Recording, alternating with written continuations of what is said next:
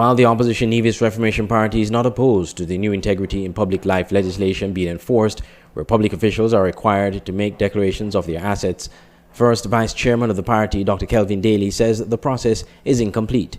Speaking on Freedom Radio Issues talk show on Tuesday, Dr. Daly said the law should not just be confined to government ministers or members of the Island Assembly. But all those who are under the ambit of government, especially advisors, they should be included. But here the government goes and trying to remove them from scrutiny, which I think is a huge error. He said the Integrity Commission office is not equipped to perform its duties. But they made a song and dance and a big pony show about going and presenting their documentation to the integrity in public life. Big song and dance. But they're not making a big song and dance about the fact that the office is still understaffed, that the letters that we have written to public life, integrity in public life, to have examined, they have not moved a single inch on them. They have not reported on any matter we have asked them to investigate. Nothing. We don't, if they're going to give their documentation to in public life, I would like to know that the public can see those documents. I would like to see that. Put it out there for everybody to see. Does the Integrity in Public Life Commissioners have the resources to do a forensic audit on those reports to see whether the truth is being told? Dr. Daly, who has declared he will contest the next parliamentary elections in the Nevis 9 seat, said members of the NRP are prepared and ready to make their declarations. The parliamentarians in NRP have nothing to fear. Nothing whatsoever. They're going to go to the House next week on the 8th, and they're going to make their amendment. We're going to see what they amend. Because since 2013, this legislation has been up and down, up and down, up and down. For a man who says he's the most honest politician on Nevis, Honorable Mark Brantley, says he's the most honest. We want to see what's in your report.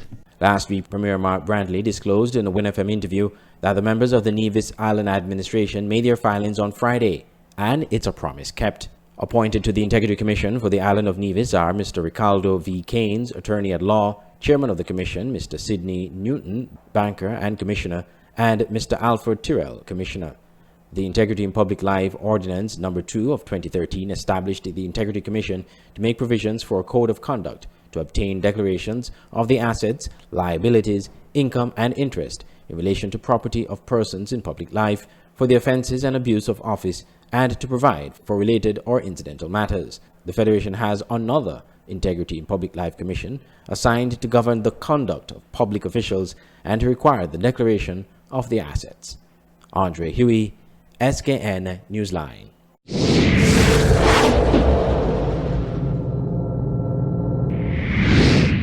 The St. Kitts teenage fashion sensation Micaiah Collins recently returned from her successful trip to the New York Fashion Week and hailed the experience for her young, promising career in fashion designing. The experience in New York was an amazing experience. I enjoyed the fashion show, and I love the fact that I got to meet a few of the fashion designers in New York. It really opened doors and a lot of exposure for me on an international level. She said being a part of the New York Fashion Week has inspired her designs. When my clothing line went out on the runway, they reacted in a positive way. I felt really proud of my work at that point. It just means that I can now push forward on another level. All I have to do is improve a little more and push forward. For the most part, the response to Micaiah's clothing and success has been positive, not only in New York, but also right at home. Micaiah thanked all those who made her trip to New York possible. My mom, my dad, my family, my well-wishers, supporters, friends, the government of St. Kitts and Nevis, and people, everyone who has been funding me to this point, and Vanessa and God. Micaiah is one of two teenage fashion designers from St. Kitts who had the unique opportunity to attend the New York Fashion Week in September. She got that opportunity after being showcased at the PDMA fashion show organized by local seamstress Vanessa Matthew. I was able, with the help of Mr. Nigel Farrell, to invite Mr. Glenroy Marsh, the founder and owner of the Marsh Couture in New York. So he came and he was our invited designer, and with his help he was able to award both participants the opportunity to go to New York this year, this September, to Fashion Week 2019. The young Micaiah says she is now working on her new designs and is poised to break into the fashion industry. Micaiah's mother, Isis Walters, accompanied her on the trip. Micaiah is also the daughter of track legend Kim Collins. Andre Huey, SKN Newsline.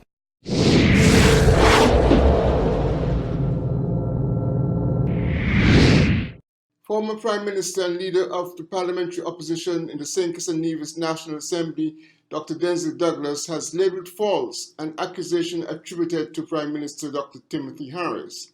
Responding to a question raised by SKN Newsline during the Labour Party's press conference on the 2nd of October, Dr. Douglas said the Prime Minister, in a presentation to nationals in the New York tri-state area, accused him of mismanaging the economy and of borrowing over $250 million from the IMF to pay civil servants while he was Prime Minister.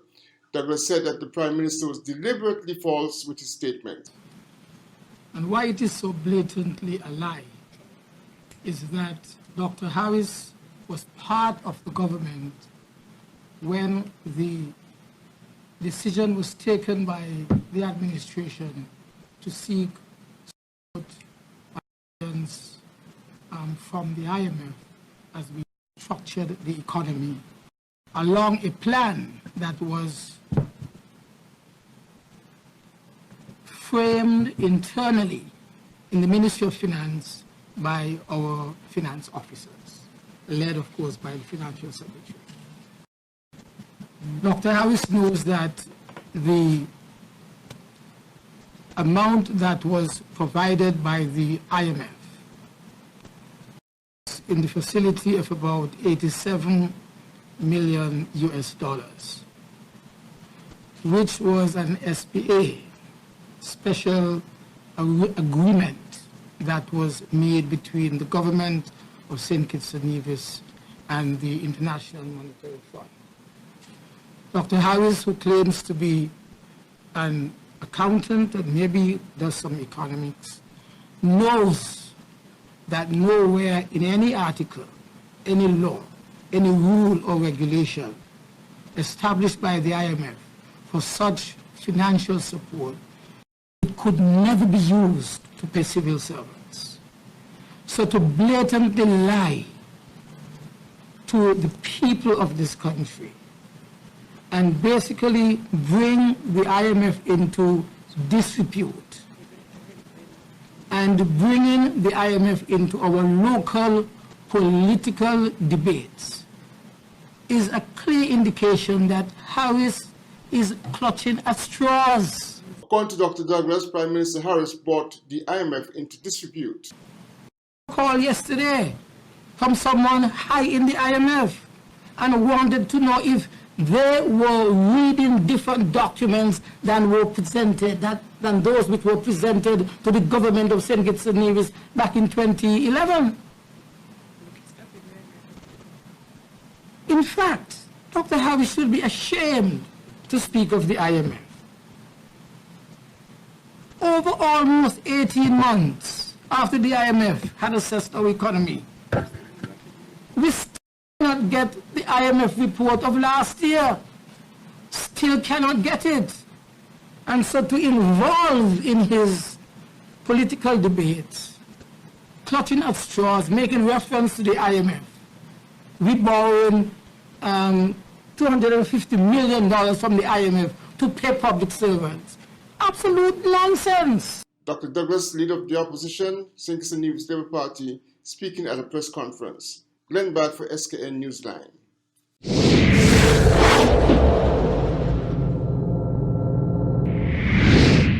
The Governor General has accepted the recommendation of the Public Service Commission to appoint Hilroy Brandy as the next Commissioner of Police.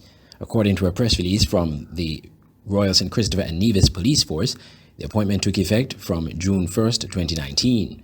Commissioner Brandy has been acting in the post since October 2018 after retired Commissioner Ian M. Quealy proceeded on leave.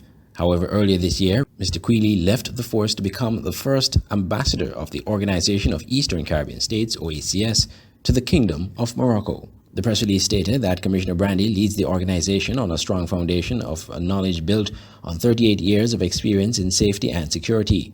He enlisted as a police officer in the Royal St. Christopher and Nevis Police Force in 1981.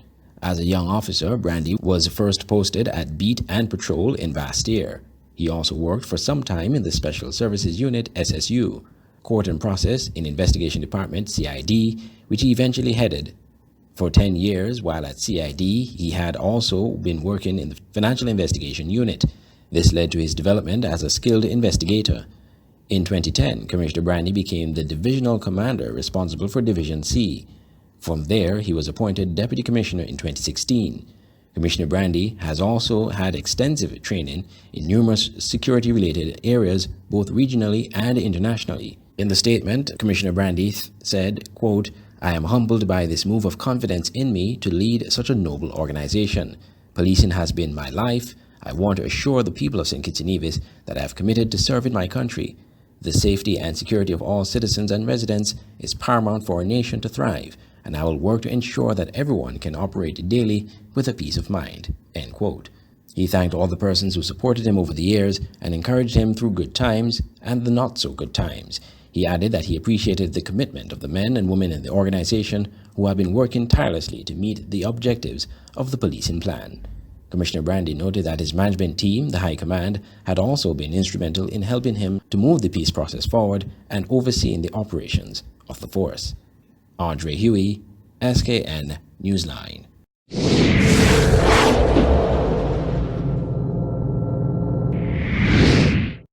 The Sugar Girls have pulled off a remarkable upset, topping Group A of the CONCACAF Women's Olympic qualification in Trinidad and Tobago. The women's national team trounced Antigua and Barbuda on Tuesday 10-0 in the final qualification match in Trinidad and Tobago, which was enough to take them ahead of all other teams in the group. This huge victory followed a 4-1 victory over the home team Trinidad and Tobago, sending shockwaves across the region. Now topping the group, the Sugar Girls are one step closer to Tokyo 2020 Olympic qualification. Speaking after Tuesday's match against Antigua and Barbuda, St. Kitts Nevis women's national team coach Janae Baklowski said she was super pleased with how the girls played. Super pleased with how the girls came out and played today. We played strong. We came out quick. We scored a goal in the 4th minute to go up 1-0, and then we really never let our foot off the gas. So it's at halftime it was 6-0, and then we were able to put 4 more goals into the second half, and the final was 10-0. Chloe Gutenberg, who played our attacking center mid, she had a hat trick today, which was fabulous, and we had goals from a lot of different players. We had goals from Phoenicia, from Brittany, from Toji, from Tracy, from Chloe, of course. Coach Janae said this success will do a lot for football in St. Kitts and Nevis. For one, she believes it will motivate younger female players to come through the ranks and excel at football. They finished strong, which was what we had talked about all yesterday and all in our pregame. That was our focus, was to finish strong, to get the job done, and now we've put ourselves in a position to qualify. Personally, very excited for what this means for football in St. Kitts Nevis. I think it's going to be inspirational for a group of younger players that we'll look to bring up in another couple years that might be in these girls' shoes. And for this team, their ability to combine and quickly come together as a group, especially since some of them are homegrown and some of them live abroad, but to be able to come together for one collective goal and to put a performance on the field over the course of 2 weeks like we were able to was certainly exceptional and history-making for the team. Meanwhile, Phoenicia Brown, a member of the St. Kitts Nevis women's national team, said the team is made up of a great and talented group of players, and she is proud of their accomplishment. We came here on a mission to qualify for the next round, and we did just that. I think we have a great group of players, very talented and driven, and we're all determined to make that happen.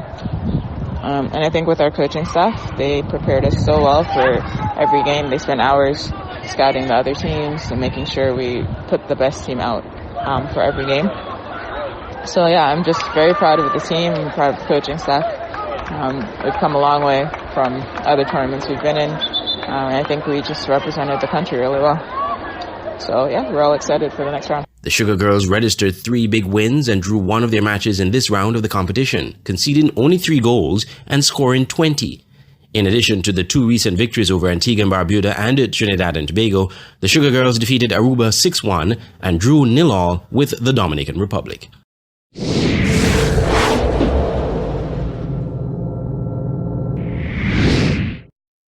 At Nagico, the things that matter to you matter to us.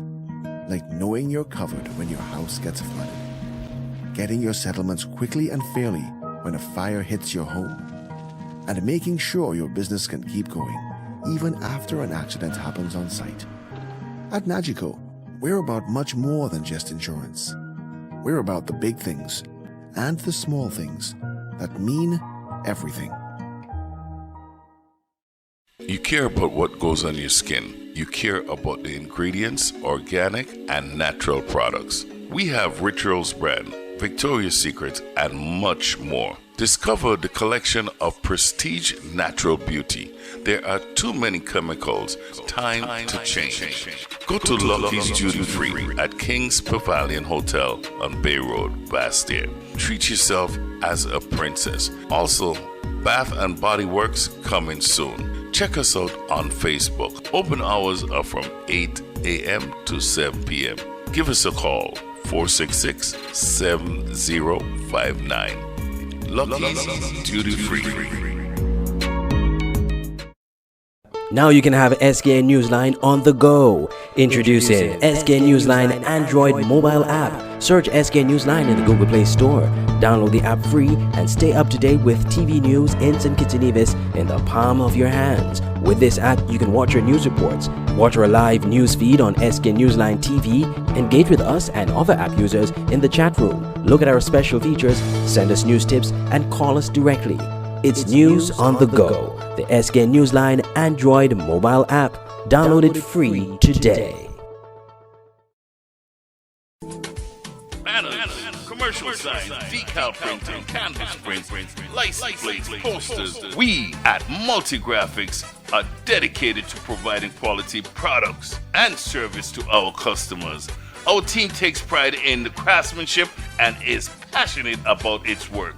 Every job, large or small, is important. Most of our customers come to us through referrals. That's because our #1 priority is service. We serve a wide variety of customers, such as restaurants, retail stores, manufacturers, trucking companies, and many more. Our capabilities include design, production, and installation. How can we help? We are located at Bird Rock at the Woods Right compound. Call us at 869-763-1511 or 784-491-7599. Multigraphics.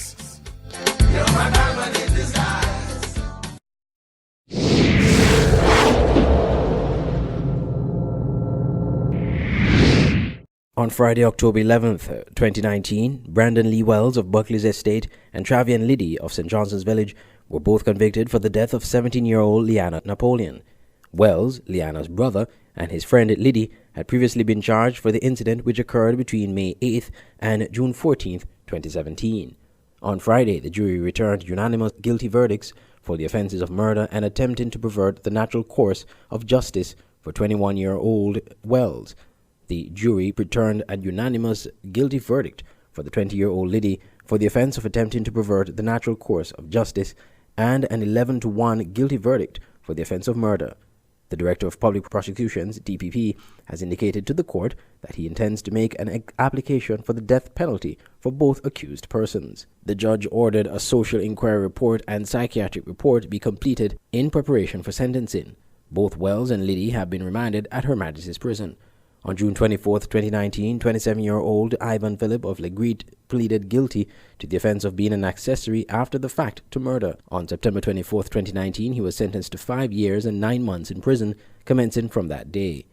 Assistant Commissioner of Police ACP Andre Mitchell has commended the collaborative work between the Office of the DPP and the Royal St. Christopher and Nevis Police Force, specifically the Crime Directorate, in advancing this case and ultimately leading to its successful conclusion. The ACP has also commended the work of the detective assigned to this case. He's calling on all individuals to help protect members of our society, especially the vulnerable ones, from acts of wrongdoing. Andre Huey, SKN Newsline.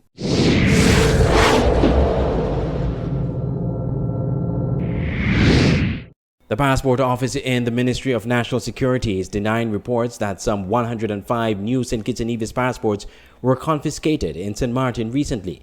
The stories allege that the authorities in St. Martin confiscated over 105 new St. Kitts and Nevis passports being carried by citizens of the Dominican Republic, and that the St. Martin authorities sent the passports to the authorities in St. Kitts and Nevis. However, a statement from the Passport Office denied these claims, noting that the stories are false, unfounded, and malicious. The statement said, quote, "The issuance of passports in St. Kitts and Nevis is a controlled process with a number of independent stages, each requiring its own independent verification and certification process. Our procedures are compliant with the international standards to ensure the integrity and the continued confidence in our travel document. It is clear that persons spreading this information on broadcast media and social media are either unaware of the inner mechanisms of the process of passport production from application to delivery, or are deliberately being misleading, malicious, and unpatriotic." End quote. The ministry said to date, the authorities in St. Martin have not advised the government of St. Kitts and Nevis of any incidents surrounding passengers holding St. Kitts and Nevis passports or passports found. The ministry said security chiefs contacted their counterparts in St. Martin when these allegations surfaced. The St. Martin authorities denied any knowledge of such happenings or any untoward development relating to St. Kitts and Nevis passports. The ministry said it remains undeterred in its efforts to ensure that passport processing procedures are highly reliable and in accordance with international best practices. Andre Huey, SKN Newsline.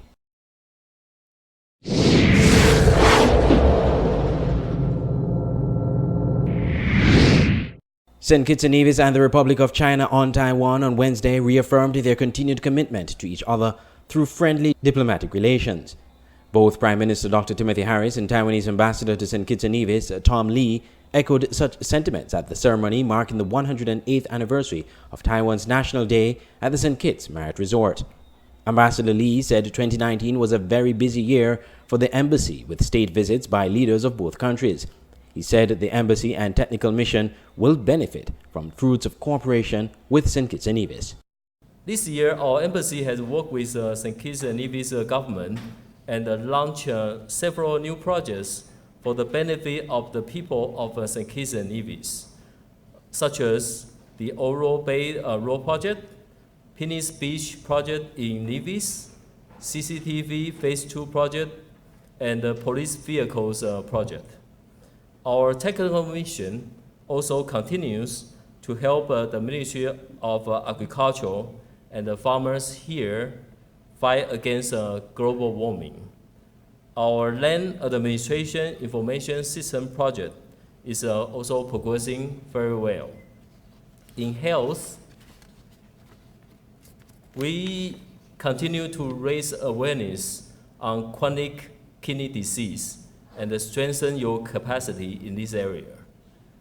Ladies and gentlemen, you can be rest assured our embassy and the technical mission will continue to work hard to make sure more and more people in this beautiful country can benefit from the fruits of our cooperation project. Prime Minister Harris said Taiwan and St. Kitts and Nevis share a common value and that Taiwan can continue to count on St. Kitts and Nevis' support. The successful nation that it has become, and it has counted in the past and can continue to count on St. Kitts and Nevis for the strongest advocacy and support to assist it in membership to the United Nations and all international organizations of note. It has much resources, much experience, much talent and expertise which the entire world can benefit from. And that is why at the last UNGA, we were strong, as the ambassador noted, in putting forward that case. Taiwan's National Day is observed on October 10th each year. Wednesday night's function was attended by Governor General Sir Tapley Seaton, members of the federal cabinet, the Nevis Island administration, and members of the federal opposition. Andre Huey, SKN Newsline.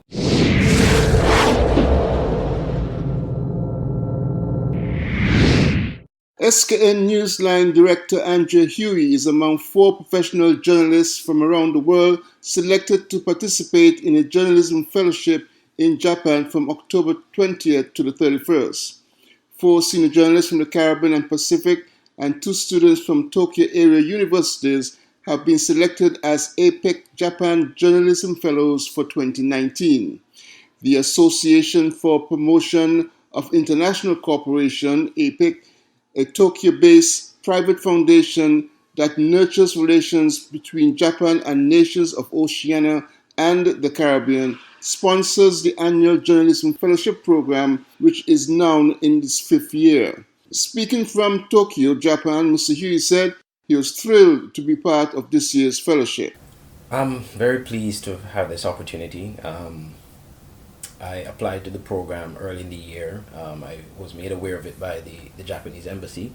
I expressed an interest in it. I applied, and shortly after applying, I got a letter of response from the coordinator of the program that I've been selected. I am very pleased, very humbled. I feel very privileged to have this opportunity, and I'm certainly going to look forward to it. He said the fellowship is expected to be intense as it begins its first week. Already we have been informed that the program is going to be very intense. We're going to expect it to file stories every day. On our trips, we're going to be visiting different parts of Japan. Currently, right now, I'm in Tokyo. Yesterday, we had the opportunity of visiting the Sensoji Temple, one of the tourist attractions here in Tokyo. And so it's a familiarization tour as well. We get an opportunity to experience all that Tokyo has to offer as best as possible. As a tourist, but also as a journalist. And so I'm really looking forward to what this trip has to hold. Definitely we were going to be learning a lot. We're going to be having the opportunity to interact with different departments and agencies here in Japan. As you know, Japan, though it's a very big country compared to the Caribbean, it is an island, and it's faced with a lot of the sustainable development challenges and even disaster management issues that we face within the Caribbean. Just last week, a typhoon hit parts of Japan, and quite a few people died, and some people were even reported missing as a result. And so some of the disaster issues that are faced in Japan, we have similar issues in the Caribbean, in St. Kitts Nevis. So I intend to learn a lot. We're going to learn a lot. We're going to be having a lot of similarities between what happens in Japan and in the Caribbean. And so there are a lot of best practices we can learn from Japan. Mr. Huey is one of 2 Caribbean journalists on the program, the other being Christopher Sergiu from the Jamaica Gleaner. The other 2 professional fellows are from the Pacific.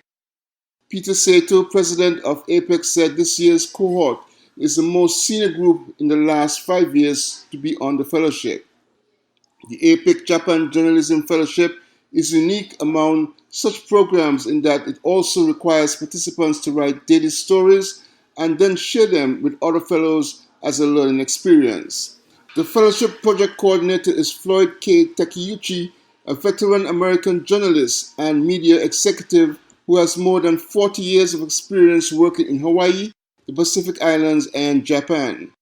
He is assisted by Assistant Project Coordinator Dawn Matus, an American with more than 30 years of journalism experience in Japan, and Assistant Project Coordinator Jeff Johnson, longtime editor of the Marshall Islands Journal in the Republic of the Marshall Islands, who has more than 30 years of news experience in the Pacific. This is the 3rd journalism expedition that SKN Newsline has been chosen to participate in, having been already invited earlier this year to Caracas, Venezuela by Banco de Caribe and the Pan Am Games in Peru this past summer by the St. Kitts and Nevis Olympic Committee. This obviously continues to boost the profile of SKN Newsline as a premier news media organization in St. Kitts and Nevis. Glenn Bart for SKN Newsline.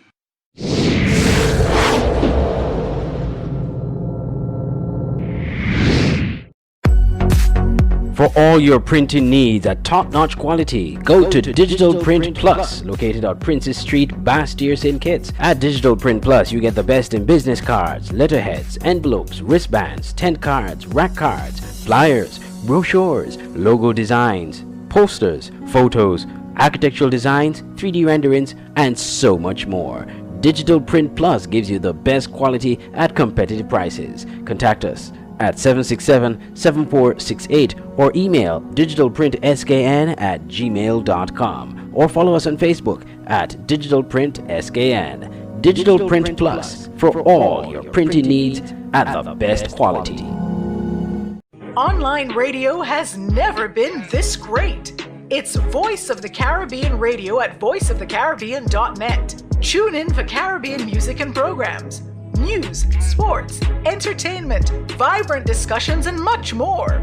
Tune into programs like Get Up Mornings with Carl D. Springett, live on weekday mornings. Let's Talk St. Kitts and Nevis with Andre Huey. The Caribbean News Hour and The Quiet Storm with Magic Man.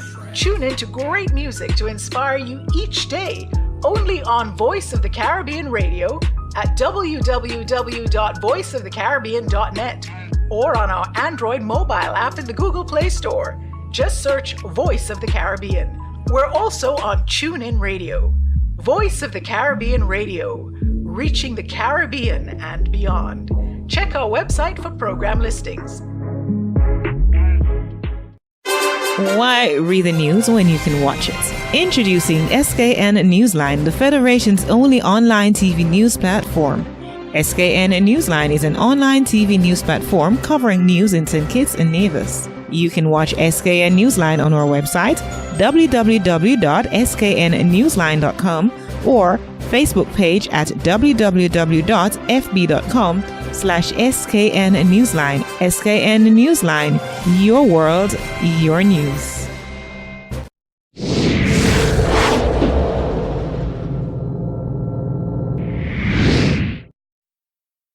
Governor Timothy Antoine of the Eastern Caribbean Central Bank said countries of the ECCB currency union could be operating with 50% less physical cash as the digital EC currency becomes a preferred method of payment.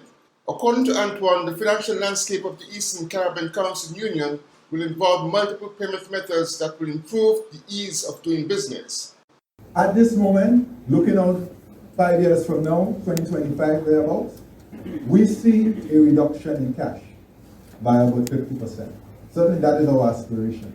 Notice, cash does not disappear. So this is not cash less. This is less cash. What some might call cash light. If we felt cash would disappear, we would not be putting on Parliament instead. We understand that there has to be multiple payment channels. Cash reduced by about 50%. Checks by about 80%. We go in green. Paper and checks are expensive. We have to reduce our use of checks. Credit cards, debit cards will continue. They have their convenience, and we believe that they will pick up, and we anticipate possibly them growing by 50-40% respectively. Electronic payments, maybe by about 60%, the wires and various things. And DXD, the digital dollar, will pick up where the physical cash falls off. So as we have less physical cash, we will have more digital cash. The digital EC currency will shortly enter a live testing phase ahead of an official launch of the digital EC dollar in 2020. Glenn Bart for SKN Newsline.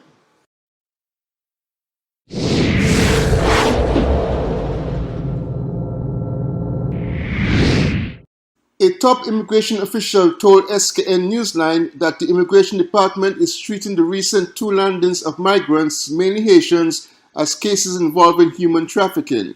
According to Chief Immigration Officer Mercelin Hughes, although the circumstances involving the 2 vessels are different, the department suspects human trafficking is involved.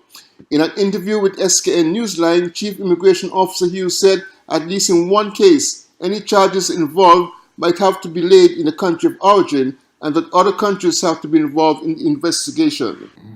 The thing is that the one from last night, it was a vessel in distress, and it was actually brought into our federation.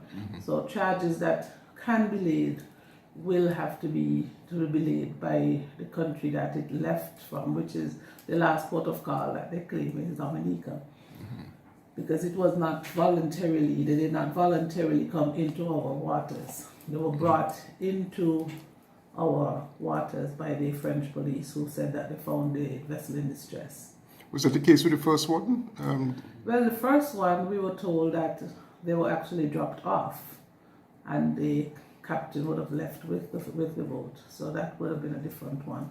Although all of them are stating that they actually had no intentions of coming to St. Kitts Nevis.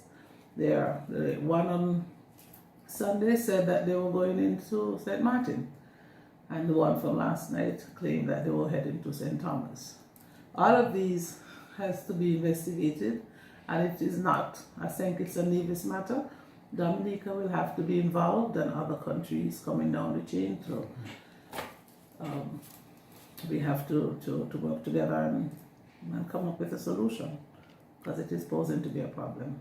The Immigration Department have begun interviewing the passengers ahead of a multi-departmental stakeholders meeting to be held later today, 24th October, on the two incidents. According to Hughes, around 9 p.m. on 23rd October, the Coast Guard informed the Immigration Department that the MV Ocean King had encountered mechanical problems, and a French vessel had rescued the migrants about 30 miles off the coast of St. Kitts. According to international law, the vessel in distress, along with its passengers, must be taken to the nearest port. In this case, St. Kitts was the nearest port. Hughes said the St. Kitts Nevis Coast Guard took possession of the vessel about 10 miles off the coast of St. Kitts and brought the vessel to the Coast Guard base at Bird Rock. Coast Guard officials indicate that 36 migrants came off the vessel and were handed over to the Immigration Department. We have not yet established who the captain is. We were told that some came straight from Haiti and others were picked up in Dominica. So at the moment we're conducting investigations to determine exactly what. At the moment they're also housed at the St. Kitts Nevis Defense Force. We had 4 of them who required medical attention, because the medical fraternity were also on hand to do a first-hand assessment as to their medical conditions. And 4 of them were taken to the hospital last evening. 2 has since been discharged and 2 are hospitalized. The 36 migrants joined the 15 migrants already on the investigation. Glenn Bart for SKN Newsline.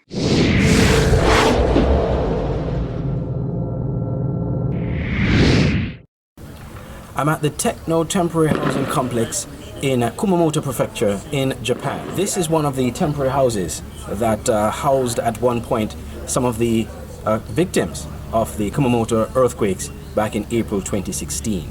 They were housed here until they were able to rebuild their homes and to be able to be relocated or actually return to their homes. Journalists on the APIC Japan Journalism Fellowship had the unique opportunity on Friday to visit the Techno Temporary Housing Complex.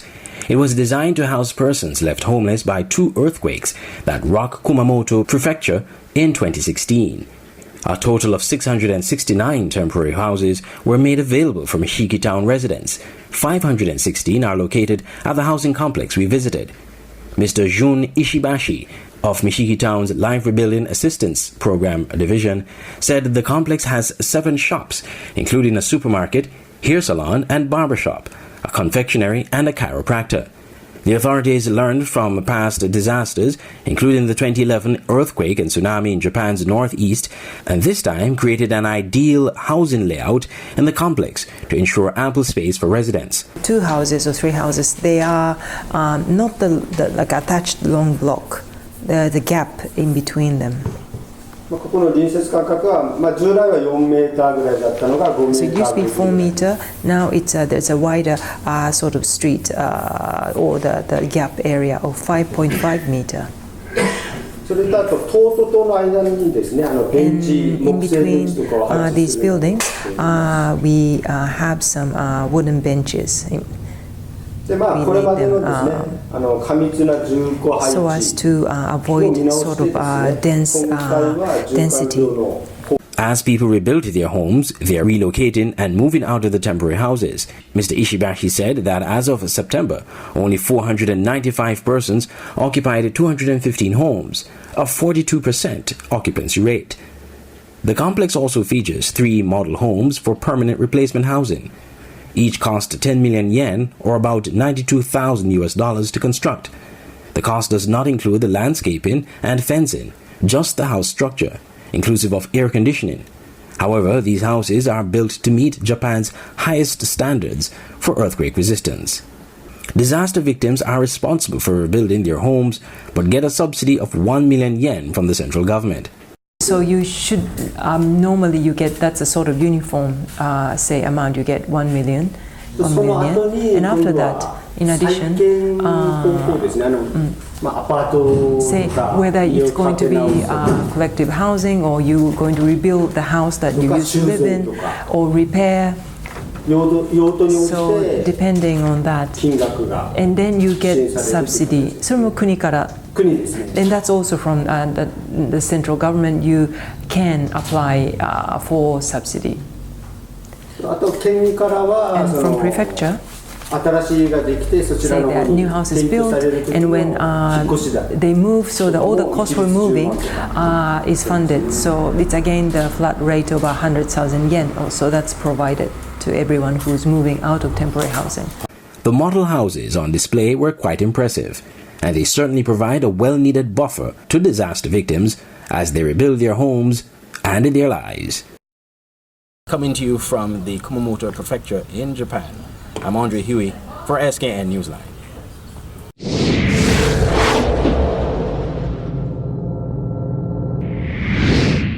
The leadership of the opposition St. Kitts Nevis Labour Party is alleging that the fire which ravaged its constituency office in constituency number 4, quote, is a malicious and cowardly act of arson that may have been perpetuated by those who desire to use such tactics to intimidate and subdue in advance of the upcoming general elections, end quote. The release said the office on Main Street, Old Road, has been assessed by the arson unit of the Royal St. Christopher and Nevis Police Force, and they are awaiting a comprehensive report from the fire department. Mr. Ransford said that from an initial assessment, the constituency office has suffered severe fire damage, especially to the roof, which will need to be completely replaced. The windows and doors and all of the contents of the office have been destroyed, with the exception of the locked office section, Mr. Ransford said. He said he's grateful to God that there are no injuries to passersby. He said, quote, I wish to thank those who live in the area for their vigilance and for alerting the fire department and me about the fire, end quote. The party said it takes note of this fire in light of 2 other constituency offices that were also damaged by fire. The St. Christopher branch office in constituency number 2, located at the corner of Market and Keon Street, which occurred on February 16, 2015, and the office in St. Christopher 3, located at the corner of Millionaire and Keon Streets on November 27, 2017. Meanwhile, Member of Parliament for St. Christopher number 4, Lindsey Grant, expressed concern to Mr. Ransford, his political opponent, in light of the fire. In a Facebook post, Mr. Grant said, quote, I awoke this morning to the unfortunate news that the office of my political opponent was partly destroyed as a result of a fire. I am pleased there are no official reports that indicate a loss of life or physical injury. I would like to express my concern to Mr. Steve Ransford, his team, and the property owner. I implore all to provide any level of support, whether spiritual, moral, or otherwise, to Mr. Ransford, his team, and the property owner. These situations are never easy. I wish them God's blessings as they move forward, end quote. Andre Huey, SKN Newsline.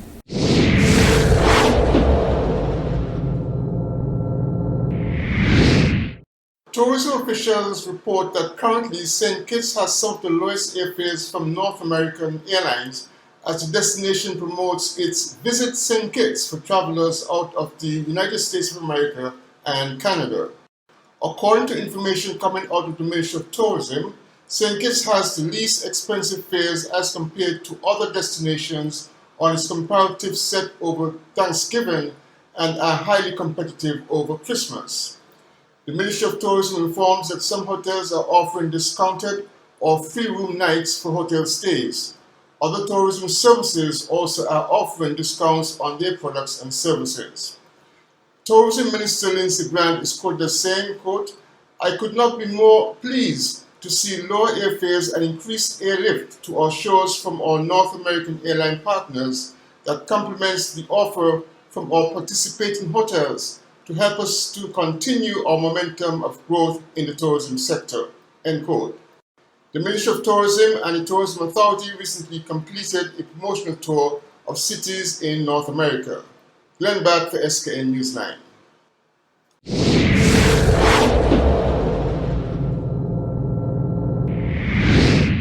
Police formally charged 2 males from the Bastia area on October 25th for the offense of rape. The offense occurred on August 12th. The individuals are in police custody, a very terse police release said on Wednesday. For other police news, we join Zafi Alda. A man is in police custody following a wounding incident that occurred in the Dieppe area on October 26. According to a press release, police received the report of the incident at about 6:45 p.m. Investigations so far have revealed that 28-year-old Mirthlyn Mitchell of Dieppe was attacked and stabbed several times about the body with a knife. She was transported to the Poxon Medical Center by the police and was subsequently transferred to the JNF hospital. Mitchell is currently listed as being in stable condition. The offender fled the scene but was later taken into custody by the police. Members of the Forensic Services Unit visited and processed the scene. Police are appealing to anyone who might have any information regarding this incident to contact the Violent Crime Unit by dialing 662-5862 or by calling the crime hotline at 707. Zafi Alder, SKN Newsline.